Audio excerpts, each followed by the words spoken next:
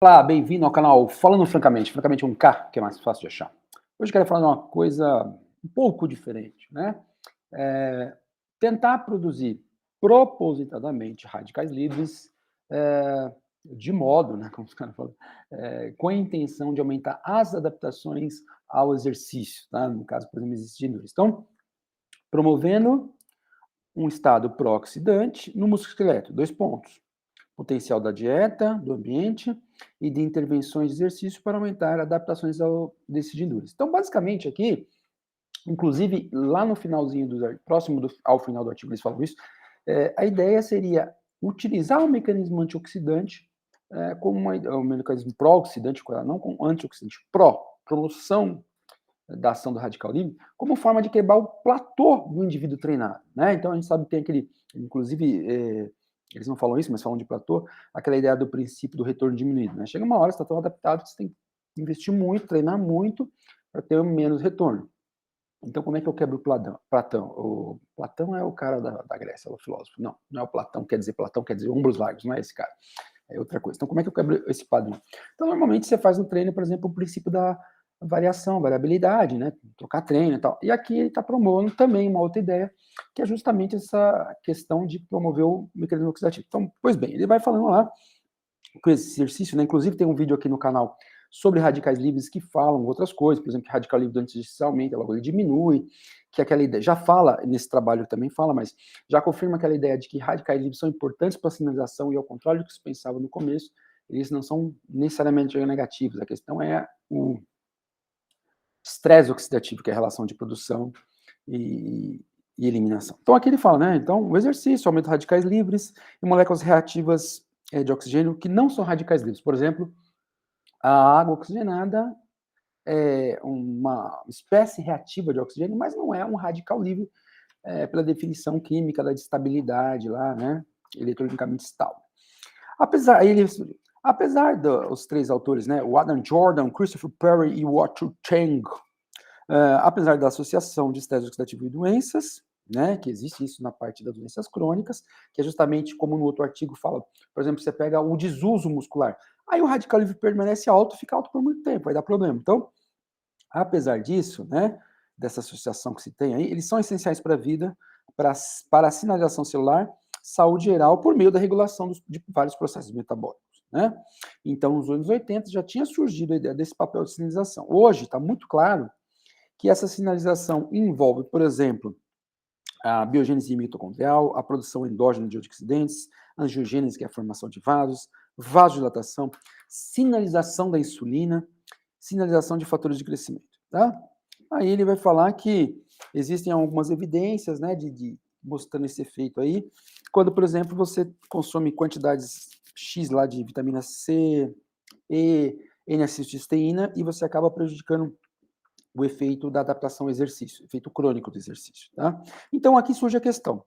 Bem, diante do fato que os radicais livres têm todas essas sinalizações em diferentes vias que são aumentadas pelo exercício, dado o fato que existe aí alguma evidência de que vitaminas podem atrapalhar o efeito da adaptação mitocondrial, por exemplo, ao exercício. Será, então, vem a pergunta, como podemos aumentar o estresse oxidante induzido pelo exercício para maximizar as adaptações? Então, aí ele vem aqui, eles falam, por exemplo, né, de dois autores, ele começa a falar várias coisas para situar o leitor, por exemplo, determinar o que é estresse oxidativo. Né? É o desequilíbrio entre oxidantes e antioxidantes em favor dos primeiros, levando a uma quebra da sinalização e controle redox da célula, né? E dano celular. Isso é o que acontece nas doenças. O radical ele fica alto muito tempo, e aí você não consegue manter um balanço entre a produção, que é necessária para várias sinalizações, e a eliminação, tá? E aí, fala que mais tarde, esses mesmos autores que eles chamam Helmut Sais e Dean Jones, né? Também conceituaram a ideia de estresse oxidativo positivo e negativo. O positivo seria o eustresse oxidativo, enquanto o negativo seria o distresse. Né? Então, esse distresse, quer dizer, o que a gente normalmente fala como estresse oxidativo, causaria fibrinogênese, morte celular e por aí vai.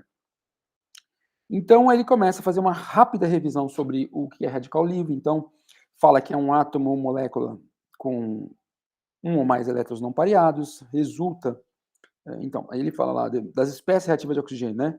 O ano-superóxido, que é o O2-, radical hidroxila, espécies não reativas como a água oxigenada H2O2, que é o peróxido de hidrogênio, o ácido hipocloroso, que também é uma espécie reativa de oxigênio, mas não é um radical livre. Aí ele fala que no corpo humano, o O2 tem uma bolinha que é o sinal, né, um dot lá, menos é o principal, principal espécie reativa produzida no corpo humano. Aí ele fala das fontes de produção de radicais livres no exercício. Aqui no outro vídeo, a gente fala que não é a mitocôndria, e ele confirma aqui, ele fala que é que as NADP-oxidase, então ele cita, por exemplo, a NOX4, vias de catabolismo de BCAA, desidrogenases, né? Ciclo de Krebs, monoaminoxidase, enfim, ele vai falando. Aí, então, eles vão falando dos sistemas antioxidantes, aí ele fala das enzimas, né?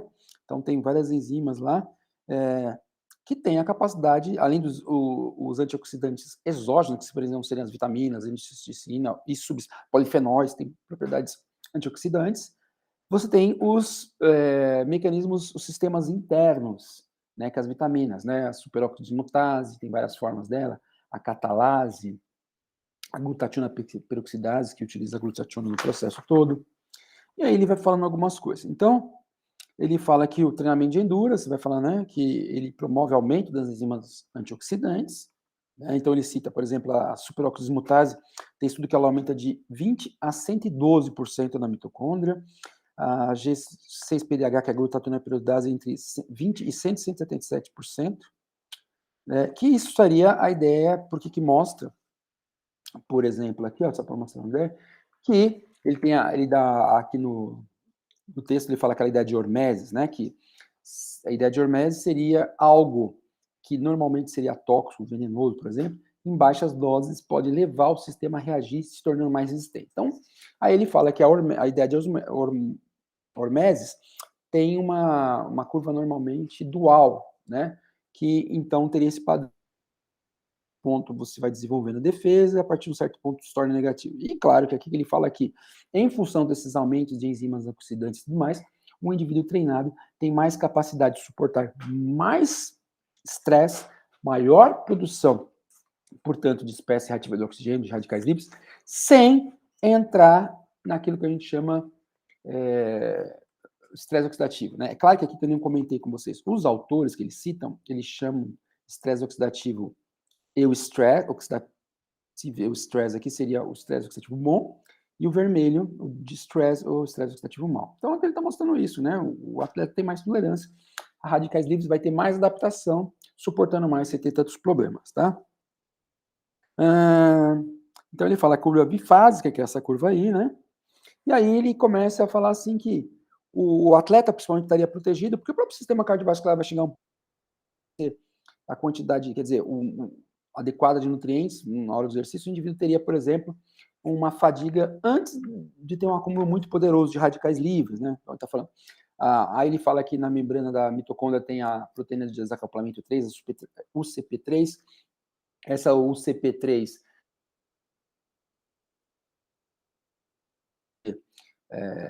que o indivíduo continuasse produzindo ATP, é uma proteção. Você tem as enzimas oxidantes, né? Aí ele fala, talvez o overtraining, que não é necessariamente causado só por isso, seja uma situação onde aí o cara exagerou no estresse, mas não só exercício, ansiedade de competição, falta de sono, má alimentação e tal, aí ele ficaria descompensado, tá? Aí ele começa a falar assim, então vamos aumentar como é que a gente vai aumentar o ROS? Ele fala, ó, o aumento do ROS pode ser uma forma de combater o platô do treinamento, que é a ideia, né?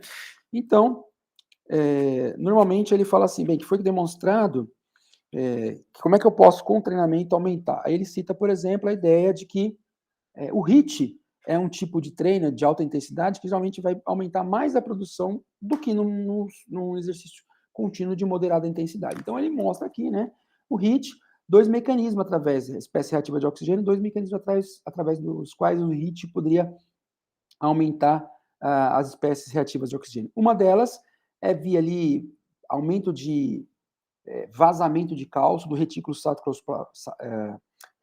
sacroplasmático via ação no receptor renodina. Então, ele faria uma fragmentação desse receptor, o receptor ficaria vazando, né? Deixaria cálcio entrar. Esse aumento de cálcio de vazando, vai promover ali aumento de uma série de cálcio-camudulina, enzimas, né, que vão no núcleo, né, produzir lá, por exemplo, vão ativar, por exemplo, fatores de transcrição, outros fatores que vão chegar na mitocôndria e vão causar a biogênese mitocondrial. E aqui também ele cita, né, tanto o HIIT, a High Intense Training, como o Sprint Intense Training, né, então o HIIT e o CIT, ele define, né, inclusive ele define lá a intensidade, ele fala, ó, por exemplo, o HIIT seria 85% a 90% da frequência cardíaca máxima, enquanto o CIT é até maior que o VO2, é mais intenso, claro, é sprint. Ele fala que esses exercícios também poderiam estar causando adaptação via inibição de uma enzima no ciclo de Krebs, que é essa vermelha aí, a aconitase. Então, como o ciclo de Krebs diminui, a enzima passa a ter uma taxa de respiração menor, ela é obrigada a ter uma biogênese mitocondrial compensatória. Bem, o vídeo já está se estendendo, então vamos ao que interessa, né? E aí ele vai falando diferentes fatores dos exercícios e tal. Aí ele fala, pois bem, então, ele já está falando, como é que a gente vai aumentar os radicais livres de modo a quebrar o platô? Um seria, por exemplo, incluir aí na periodização, no treinamento, HIIT e CIT.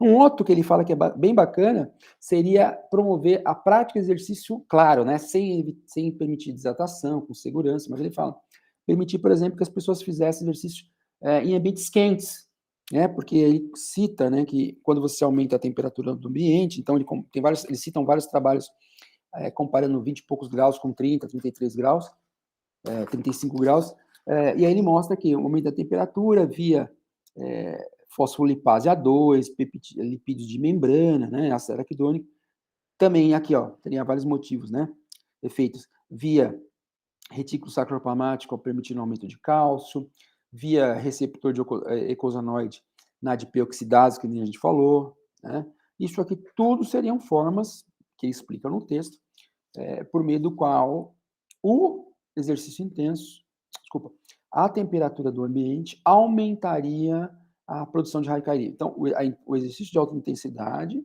embora no outro vídeo a gente falou que ele aumenta e depois para, mas o exercício de alta intensidade, por isso ele cita, faz uma discussão sobre HIIT e CIT, o aumento da temperatura, e por último, que é bastante bacana, ele fala, por exemplo, do aspecto nutricional, mas acho que não tem figura do aspecto nutricional. Aqui ele fala na primeira figura, que eu não tinha mostrado ainda, diferentes fontes de radicais livres de exercício, né?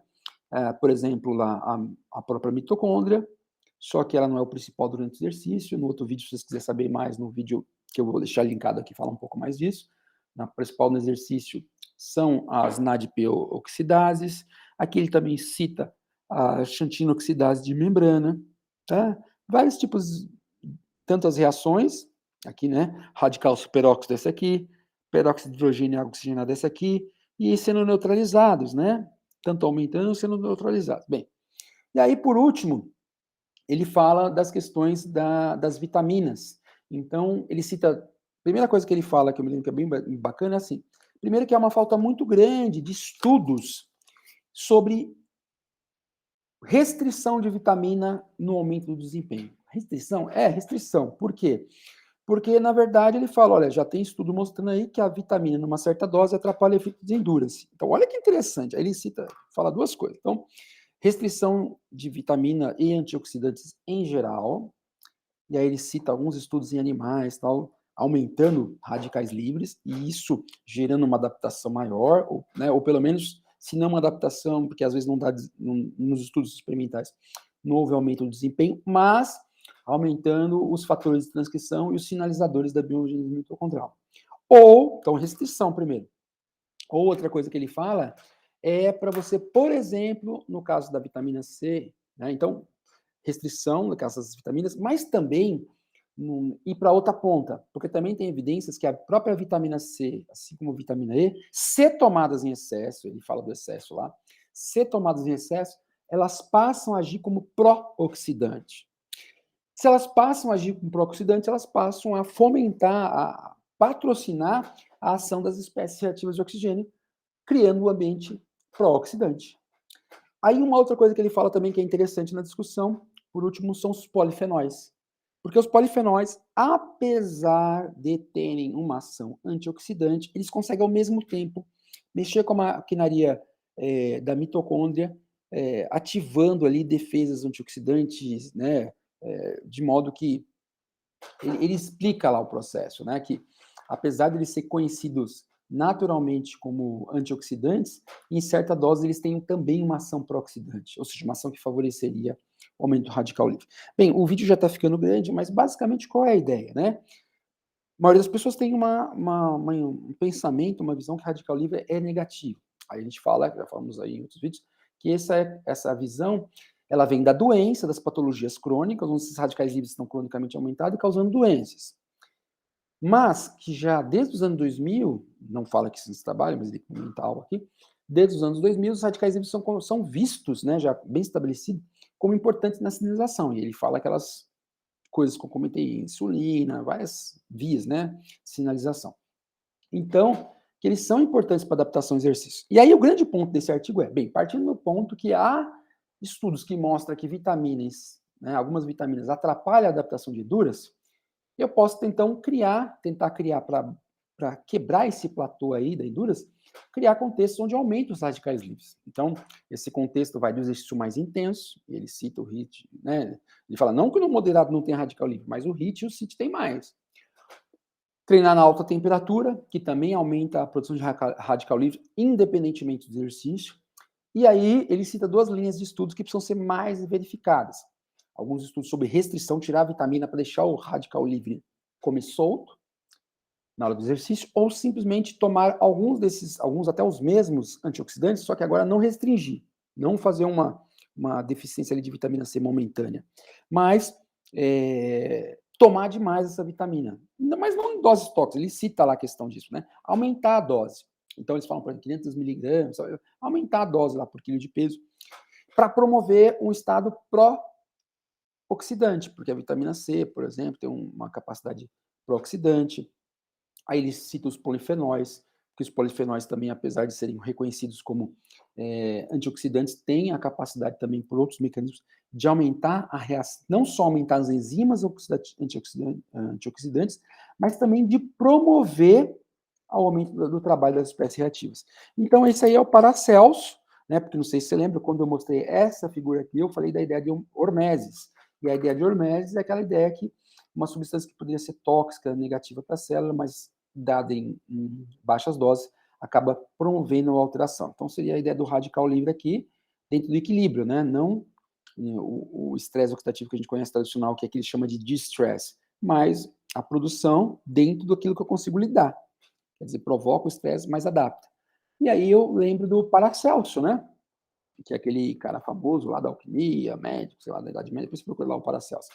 Dizem que ele falou que a diferença entre o veneno e o remédio é a dose. Então, aí, no caso, a gente para pensar, no caso do radical livre, não só a dose, como o tempo para o movimento da atuação. Então, achei bastante interessante esse vídeo, porque nunca tinha visto um trabalho onde os caras falam assim, pô, você tem que treinar para aumentar radicais livres. Porque se você aumentar radical livre, você pode quebrar o teu platô de treinamento, tá ok? É isso aí. Obrigado por assistirem mais um vídeo. É sempre um prazer estudar, aprender, trazer essas novidades, compartilhar com vocês. Se inscreva no canal, curta, compartilhe, comente. Sempre fico bastante feliz quando alguém dá algum feedback sobre os vídeos, né? Então, esses feedbacks vêm aumentando, é bem bacana isso aí. E, claro, por favor, pare tudo que você está fazendo agora. Vá, sai na rua ou pegue as pessoas que estão perto de você e peça, por favor, para elas se inscreverem no canal. Tá ok? É isso aí, um abraço. Tchau, tchau.